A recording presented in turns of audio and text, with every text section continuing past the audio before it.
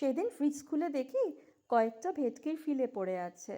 ভেবেছিলাম fish fry করব, কিন্তু সময়ের অভাবে আর করা হয়ে ওঠেনি। তাই ভাবলাম ভাপা ভেটকিটা করি একটু অন্যরকম ভাবে।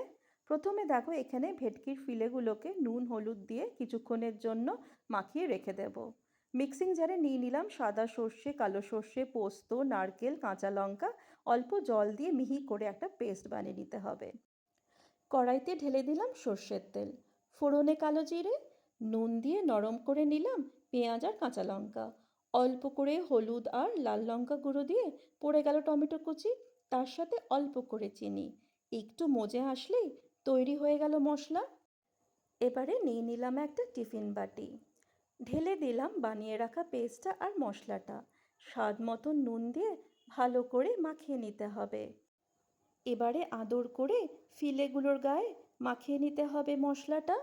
উপর থেকে কটা কাঁচা লঙ্কা আর ছড়িয়ে দিলাম সর্ষের তেল। ভেটকি বসে গেল ভাপে। ব্যাস, তৈরি হয়ে গেল এই চটজলদি ভাপা ভেটকি। নামানোর পর ছড়িয়ে দিলাম ধনেপাতা কুচি। গরম গরম ভাতে নরম নরম ভেটকি মুখে দিলেই গলে যাবে চটজলদি।